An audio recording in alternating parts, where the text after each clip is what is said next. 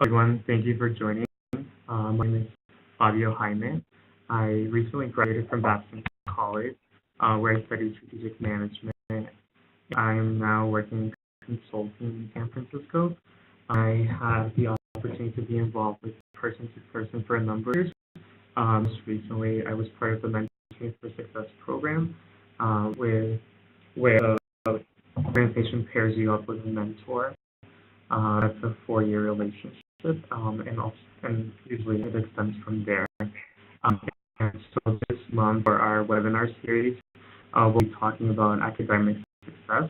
As get settled in on campus, we thought it was a really beneficial subject to speak about. And so first, I'm going to highlight the main academic resources available on most college campuses. Those range from anything as offers to an academic center, academic advisors.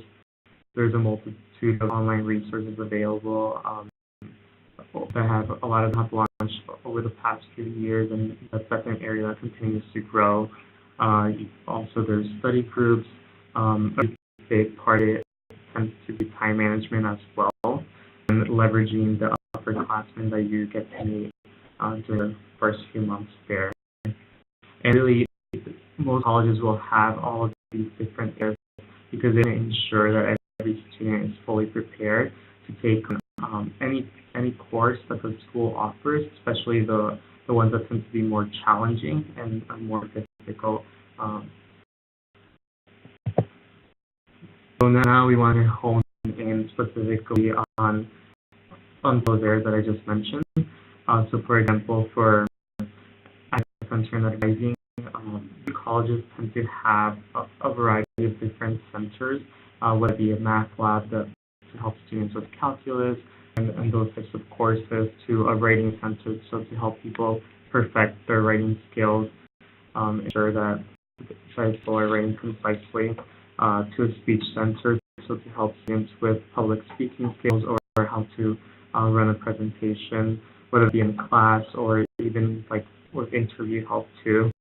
And then usually there also tends to be like a wider academic center tutoring that the school offers, where they usually have students that have been successful in those courses mentor or tutor a student for a 30-minute period on that subject to help them do in that course. What I think is most important is be able to really seek out help sooner rather than later. So you really have to be proactive and leverage the variety of help that the school offers. Not necessarily, I wouldn't do it like right before an exam. I would rather do it like towards the beginning of the semester, or to know those, even where those offices are located. Some people just have no idea. I know I had friends who, when I was a sophomore and junior, just, for example, didn't know where the writing center was, or that the school offered a speech center. So you definitely look into that, because most schools do tend to offer those services. And I would do that through like the college's website, or even just speaking to upperclassmen too. And then I think another area that's really important that sometimes people tend to miss is building a relationship with academic advisors. Usually you'll be assigned to one as soon as you step into a college campus. They might have introduced themselves to you via an email. I would really try to meet with them in person earlier in the semester, and just so they know who you are. They can put a face to your name, and you can ask them like any question that you have, whether it be what major you want to focus in later on, or if the major that you're focusing in is the correct one for what you want to achieve post college. And usually those people are very resourceful. They know a lot about what the school offers, and even a lot of students, and they can connect you to the correct resources for what you want to fulfill what academic year, or the next academic year, or sometimes during your college career. And so now I want to speak more about like study techniques and how those can be useful in a college setting. So like I was speaking to earlier, I think that it really comes a lot down to planning in advance. So you want to be able to set what I used to do when I was in college was I would look at syllabuses, and then they would have when we would have exams or quizzes during the semester. So I would basically make that an event on my calendar and then set up a reminder like 3 weeks, 4 weeks beforehand, just so I knew that that was coming up and that I would begin studying for that subject then. And I found that to be really helpful because then by the time that I had the exam the week of, I felt like I was already fully prepared. So that definitely came in with just planning and advance. I think in addition to that, just I mean, I've heard a lot about, there's a lot of research about, is when you write down concepts, the more you write down concepts, the more you remember. So not necessarily type it because that's not necessarily the same thing as like writing it down physically. But yeah, it's usually when you write down concepts physically that really helps you remember and to reiterate that concept within the brain. So obviously flashcards help with that. But for example, sometimes what I used to do is just get a like sheet of paper and sort of just like the concepts that I would forget often. I would just write them down like a couple of times, and then usually that helps me remember it.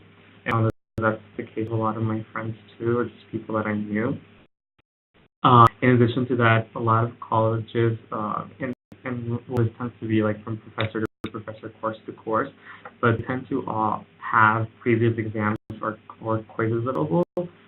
So, for example, my school had that, and also the school that I studied abroad in London for a year, and that school, LSE, actually had a portal within their library that you could access previous exams from pretty much any of their classes that they offered. Probably like 98% of their classes had a previous exam on it, and so that was really helpful because you got to see what some of the questions might look like, or just what concepts were like the most important that you should definitely study for.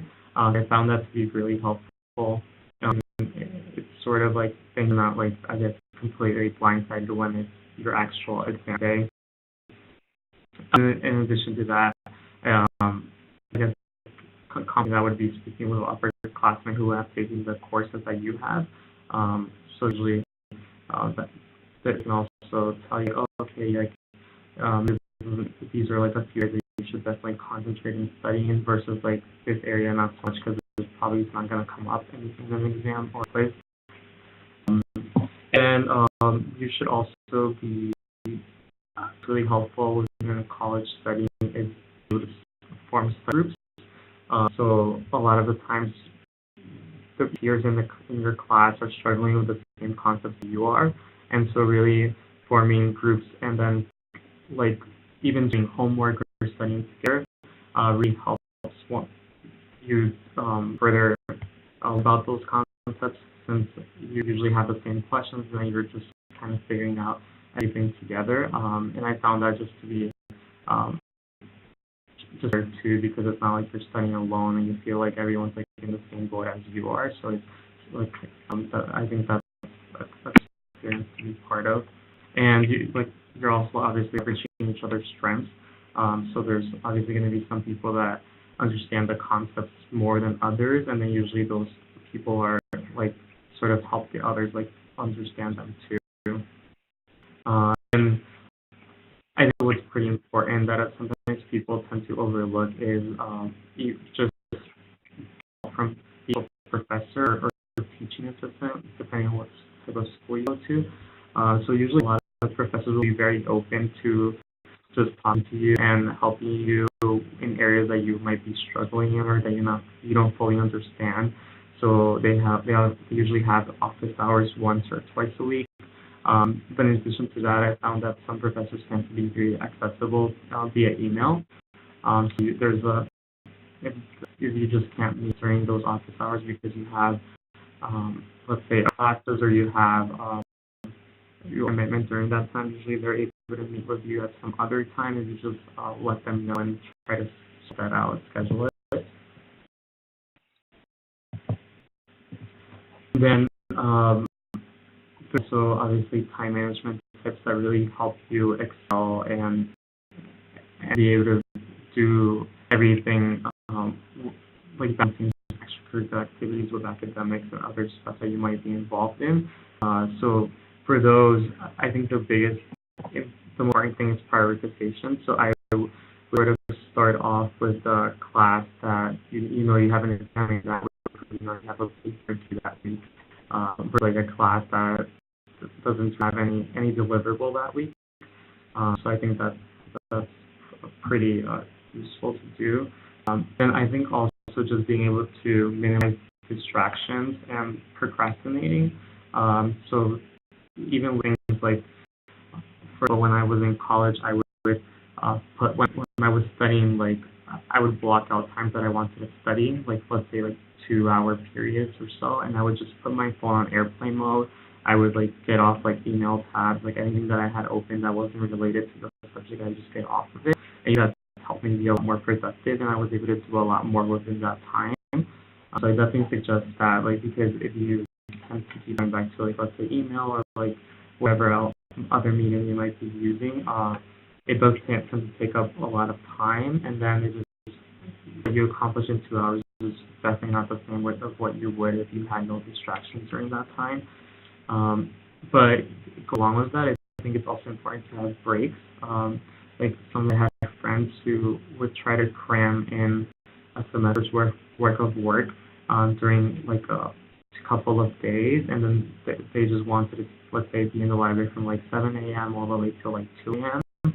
And usually they weren't as effective because they would just get like very bored after being in the library for so many hours.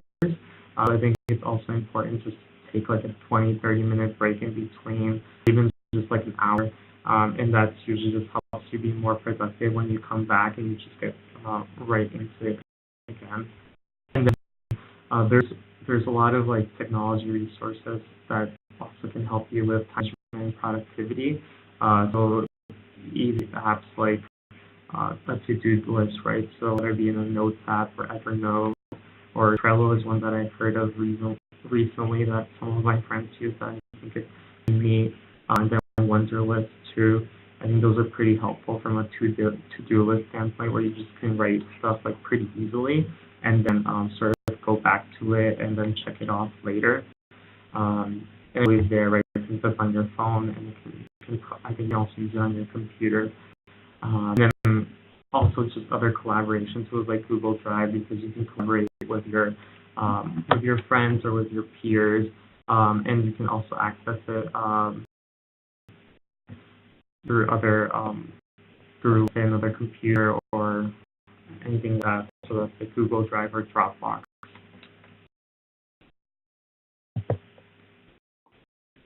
Also, more and more there's a lot of online platforms that usually are free.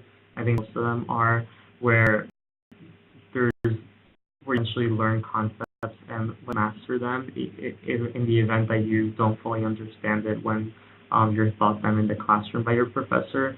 So the ones that I think that are very popular, Khan Academy and Udacity, and I think there's also Coursera, TED, which tends to be like more like management practices, and they tend to be varied too. But those are usually experts in the field that are talking about very specific area. Let's say you're taking a course on like psychology, and then there's like definitely like a very specific one about that, and that TED tends to offer. Usually those are like pretty immersive experiences, and they try to engage a lot with the student, even though it tends to be an online platform. So that's other ways that you can learn to just sort of complement classroom learning. Found that a lot of my friends tend to like better too, just because they can do it at their own time, like whatever time of day that they want, and they have time for it too. In addition to that, some people tend to underestimate how much resources online, I'm sorry, how much resources libraries have available. So there's always like a reference desk or librarian who's there should be at your college, and they really can guide you towards other resources that the college has already purchased for its students. So those tend to be less active, and those types of resources that tend to be like way more useful, especially from like a research standpoint. And those are usually accessible to students. I know some colleges also offer like Wall Street Journal for free to students online, or Financial Times. So if you're like studying like something like more business or finance related, those are also tend to be useful. And yeah, so that was most of the things that we wanted to hone in today. But if there are any questions, I can take them now. Yeah, oh, sorry, hold on. Let me check. Okay. For you on campus, like a writing center or tutoring center, do you have to make an appointment, or they usually allow you to walk in anytime? Oh, that's a good question. It depends on the college, but I think that most colleges tend to have a portal on their campus, campus portal, where students can book an appointment in advance. Uh, Having said that, though, I did go to my writing center often when I was undergrad, and they would also take in walk-in appointments if someone like missed an appointment or something. But I definitely it's better if you just book an appointment in advance, so that you know that when you get there, there will be someone there to see you right away, and it doesn't, there's like no waiting period involved.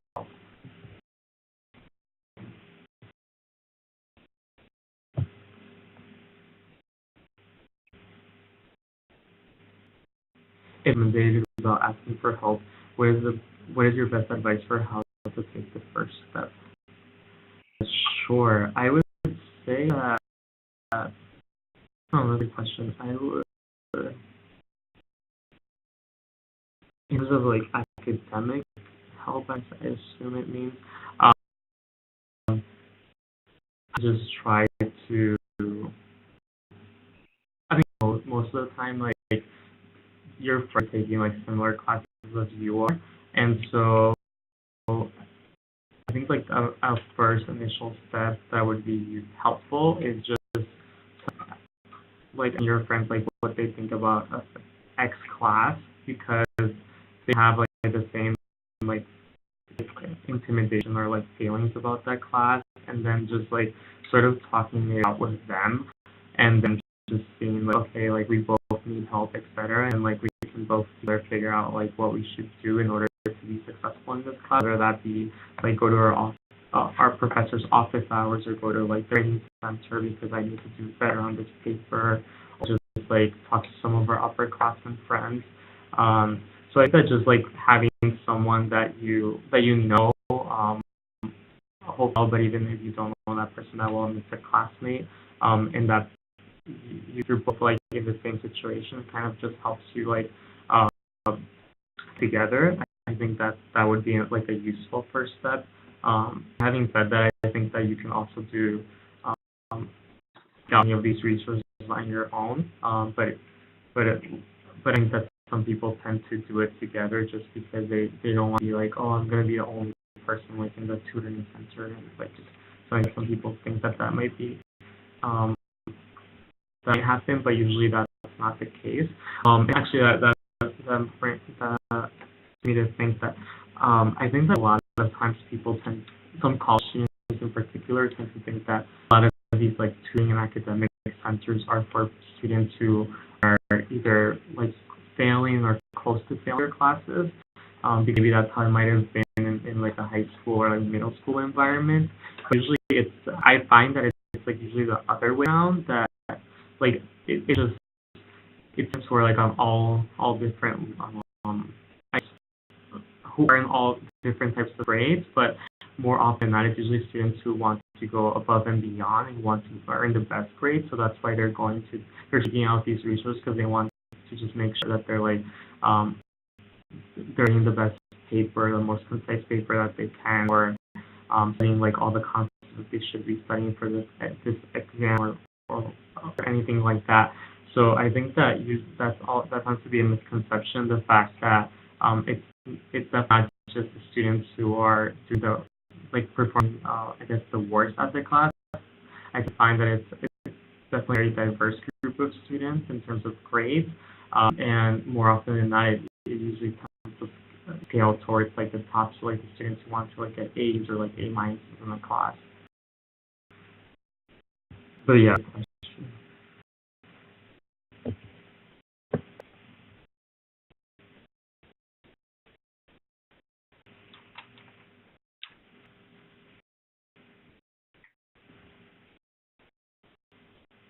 I think it's the PC speaking, but I can't hear her.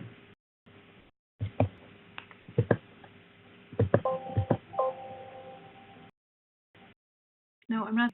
Oh.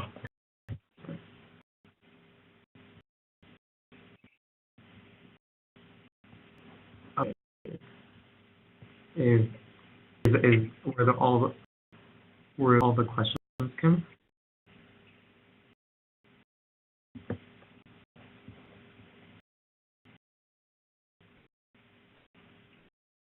Yes. I think this was great. Thank you so much.